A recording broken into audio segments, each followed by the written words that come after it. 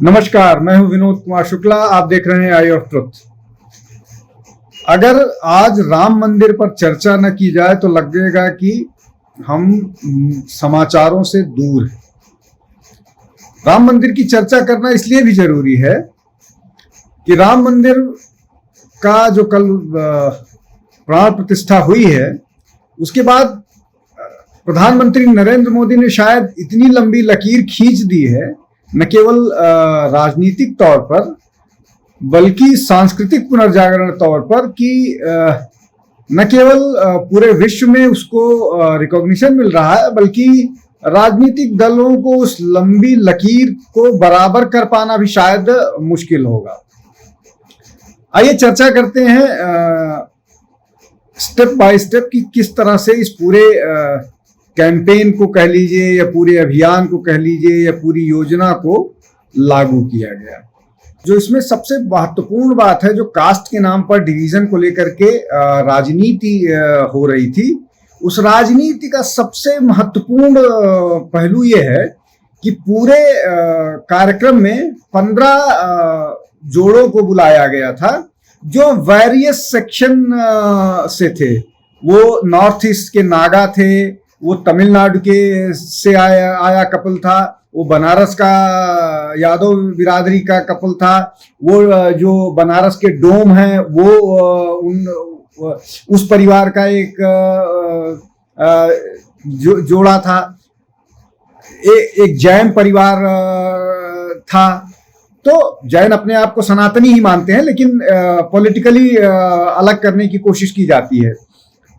तो इस तरह से मंदिर के माध्यम से जोड़ा गया सबको, पूरे देश के कोने कोने को, तमिलनाडु से लेकर के जम्मू कश्मीर तक, नॉर्थ ईस्ट से लेकर के गुजरात तक, सबको जोड़ने का एक मैसेजिंग दी गई। और ये मैसेजिंग चुनावी समय में बहुत मायने रखती है। एक और बड़ा इसका महत्वपूर्ण प्रभाव हुआ, अब इसको बीजेपी की योजना तो निश्चित तौर पर नहीं कहेंगे, लेकिन कांग्रेस की योजना के तौर पर इसको जरूर जोड़ा जाना चाहिए। जब पूरा देश राम मंदिर में प्राण प्रतिष्ठा को लेकर के उत्साहित था, भाव विह्वल था और लगातार इसका प्रचार चल रहा था, उस दौरान राहुल गांधी की यात्रा पूरी तरह से ब्लैक आउट रही। कहीं कोई वहां न किसी ने चर्चा की। ये स्ट्रैटेजिक मिस्टेक एक बार फिर कांग्रेस की नजर आई।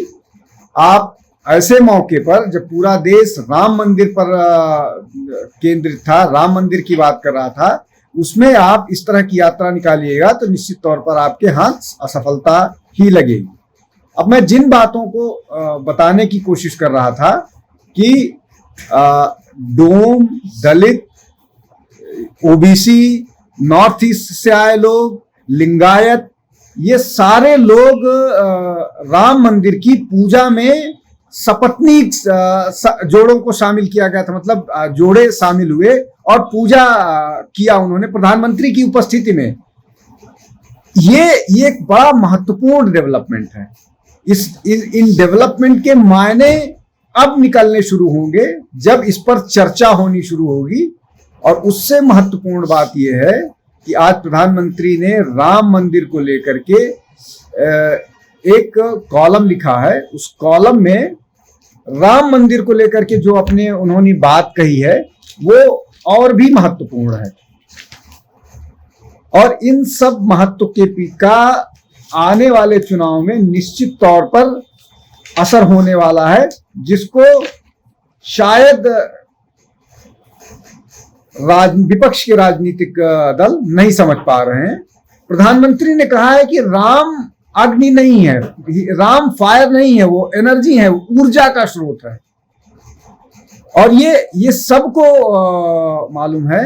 और जिस तरह से राम की स्वीकार्यता है, जिस तरह से राम का प्रभाव है, जो धीरे धीरे लोग विभाजन के कारण नहीं वो कर पा रहे थे, वो राम की स्वीकृति इस तरह से बढ़ी है जो अकल्पनीय है। आप सड़क पर जाइए या कहीं जाकर के देखिए, और ये मुझे इसको मैं इसे बीजेपी के लिए एक उपलब्धि के रूप में देखता हूं, जब आप अपने देश के एक ऐसे आराध्य पुरुष को उसका, हालांकि ये कहना अनुचित होगा कि बीजेपी ने उनको उचित स्थान दिलाया, उनका उचित स्थान हमेशा से रहा है, लेकिन एक जो संकोच भाव होता था, ये जो सेक्युलरिज्म की जो बांसुरी बजती थी, उस सेक्युलरिज्म में जो एक संकोच का भाव आ गया था कि हम राम का नाम लेंगे तो हमको कम्युनल कहा जाएगा, उस बंधन से भारतीयता को, भारत के लोगों को निश्चित तौर पर मजबूत किया है, और इसके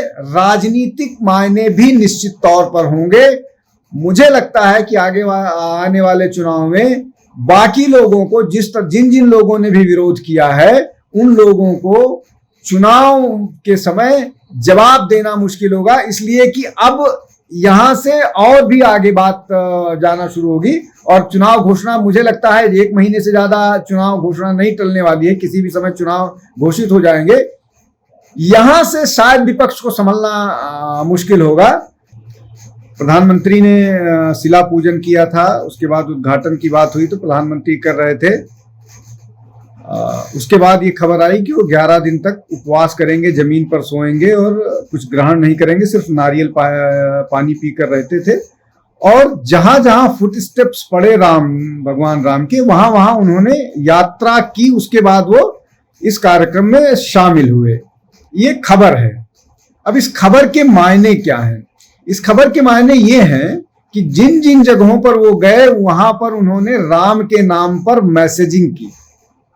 राम के नाम पर मैसेजिंग ये भी हुई कि आपको 22 तारीख को दिए जलाने हैं, कम से कम 5 दिए अपने घर पर, और अपने घरों पर एक झंडा भी लगाना है, वो भी किया गया। विवादों की बात आई कि प्रधानमंत्री कोई भी यज्ञ सपत्नीक ही शामिल हुआ जाता है। क्या उन विवादों पर फिर कभी चर्चा करेंगे। आज चर्चा करते हैं और कि इन सब के मायने क्या है।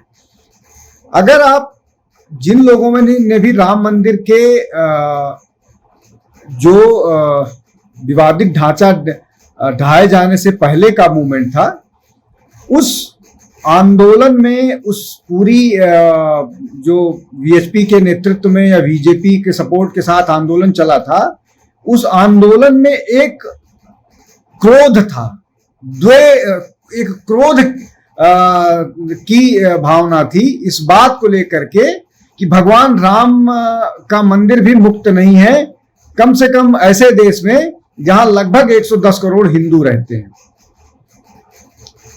अभी के परिवर्तन में क्या है, अभी लोग भाव विह्वल हैं। आप किसी से बात कीजिए, अगर उसका बीजेपी से संबंध है नहीं है, और बहुत सारे लोगों ने तो अपनी पार्टी लाइन तोड़ करके इसमें शिरकत की और वो हुए। तो आपको क्या लगता है कि जो बड़े नेता पार्टी तो लाइन तोड़कर शिरकत कर रहे हैं, तो उनके कार्यकर्ता या जो सामान्य हिंदू है वो इससे नहीं प्रभावित होगा? निश्चित तौर प्रभावित होगा। एक ऐसा डिवाइड जो पार्टी के नाम पर था, इस आंदोलन के साथ ब्लर हो रहा है, और जो कहा जाता था कि शायद बीजेपी इन सबको पॉलिटिकल गेन के लिए लगातार इस्तेमाल करती रहेगी और इसको कभी अपने अंजाम तक नहीं आने देगी, वो करके दिखाया। कम से कम 2 बड़े राम मंदिर और 370 हटा करके उन्होंने किया कि अगर हमारे पास सामर्थ्य होगी, डेमोक्रेटिक सामर्थ्य होगी, तो हमने जो कमिटमेंट किया है वो करेंगे। और भी बहुत सारे ऐसे मसले हैं जिनको वो एक के बाद एक फुलफिल कर रहे हैं, जो जनता के हितों के हों, चाहे ट्रिपल तलाक का मामला। आज के लिए इतना ही। अगले एपिसोड में फिर इसी तरह के विषय पर चर्चा करेंगे। देखते रहिए आई ऑफ ट्रुथ। बहुत बहुत धन्यवाद। नमस्कार। हमारे चैनल आई ऑफ ट्रुथ को सब्सक्राइब कीजिए YouTube पर, इसे फॉलो कीजिए Facebook पर, Instagram पर, Twitter पर और Ku पर। हमारे चैनल के बारे में फीडबैक देने के लिए हमें मेल कीजिए ioftruth.6@gmail.com पर।